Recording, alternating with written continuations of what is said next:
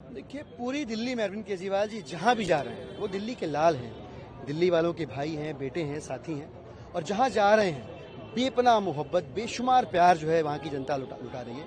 आज यहां model town के राजपुरा गुड़ मंडी से यात्रा शुरू होकर और यहां विजयनगर मदर डेयरी के पास खत्म हुई। अपने रास्ते में देखा होगा हजारों लोग उनसे मिल रहे हैं, उनके साथ सेल्फीज ले रहे हैं और उनसे अपने दिल की बात भी कह रहे हैं, वो तसल्ली से उनकी बात भी सुन रहे हैं। दिल्ली के लोगों को इंतजार था कि अरविंद केजरीवाल जी बाहर निकले, उनके रुके हुए काम हो, और बिल्कुल ऐसा ही हुआ। आपने देखा उनके बाहर आते ही जो भी थोड़े बहुत काम रुके हुए थे, लोग खुद आके बता रहे हैं कि उनके आने से ही एक अलग जलवा है उनका, एक अलग प्रभाव है उनका, और उनके प्रभाव से दिल्ली के रुके हुए काम भी शुरू हो गए। दिल्ली के लोग एक बार फिर से आम आदमी पार्टी के साथ हैं, अपने बेटे अरविंद केजरीवाल जी के साथ हैं।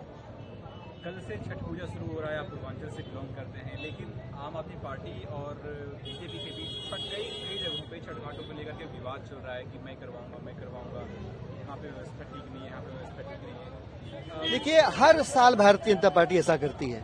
आप अगर याद करें तो कोविड के ठीक पहले ही साउथ दिल्ली, आई थिंक वो विधानसभा जीके रही होगी या मालवीय नगर रही होगी, वहां के स्थानीय भारतीय जनता पार्टी के पार्षद ने छठ घाट बनने से रोक दिए।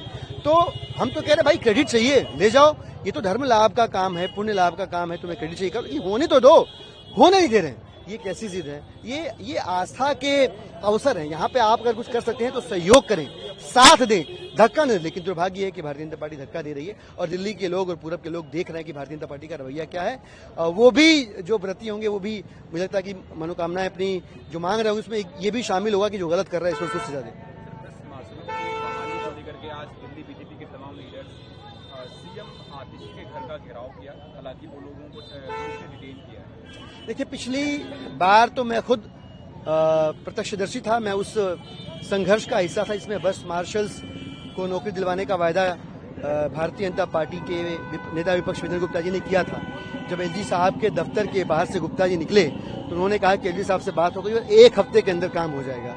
वो 1 हफ्ते नहीं, कई हफ्ते निकल गए और भारतीय जनता पार्टी की तरफ से कोई भी, एलजी साहब की तरफ से कोई भी ऐसा आश्वासन, कोई भी ऐसी कागजी कार्रवाई होती हुई हमें नहीं दिखी है जिसमें ये लिखा हो कि अब से बस मार्शलों को बहाल किया जा रहा है। तो ये भारतीय जनता पार्टी, पूरी दिल्ली और बस मार्शल जानते हैं कि सर्विसेज उनके पास है, सेवाओं की बहाली का अधिकार जो है उन्हीं के पास है और उनकी तरफ से समाधान निकलना है। लेकिन भारतीय जनता पार्टी 10,000 बस मार्शल्स नहीं, उनके लगभग 30-40 हजार परिवार के जो लोग हैं उनकी भी भावनाओं के साथ खिलवाड़ कर रही है और उनकी रोजी रोटी के साथ खिलवाड़ कर रही है।